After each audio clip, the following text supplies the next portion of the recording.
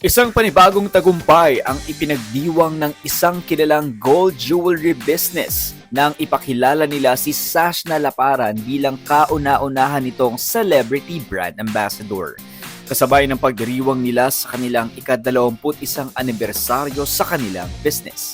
Si Sashna ay isang aktres at influencer. Nakilala rin siya sa kanyang mga music collaboration kabilang ang Miss Flawless kasama sina Flo G, X-Battalion at Boss One. Ayon sa pamunuan ng brand, si Sashna ang napili nilang maging kauna-unahang ambassador dahil magkatugma ang kanilang mga adhikain at pagpapahalaga. Dagdag pa nila, matagal na rin siyang a loyal customer ng kanilang negosyo.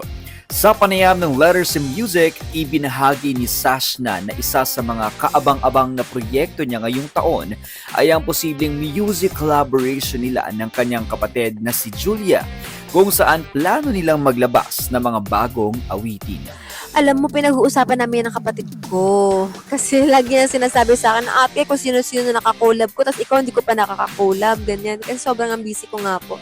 Meron, kaming dalawa ng kapatid ko naman. Ang ganda ng song na to, promise. So, siguro this year, pwede namin i-release ni Julia yan. Bilang isang artisang nasa industriya mula sa pagkabata, may payo rin siya sa mga nangangarap na pumasok sa showbiz.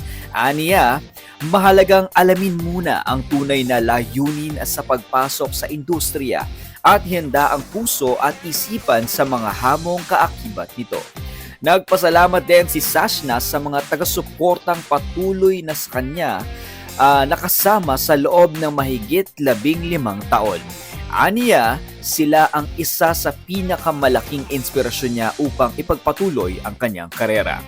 At tulad ng gintong patuloy na tumataas ang halaga sa paglipas ng panahon, hangad ni Sashna na lalo pang pagyamanin ang kanyang sining at ang tiwalang ibinibigay sa kanya ng kanyang mga taga-suporta.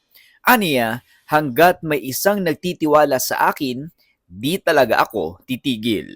Salamat, syempre. Salamat sa kanila kasi grabe, 15 years na ako sa industry hanggang ngayon, 'di ba? May mga tiwala pa rin yung sa akin yung mga tao, nandito pa rin ako. Sabi ko nga sa kanila, hangga't may isang nagtitiwala sa akin, hindi talaga ako titigil.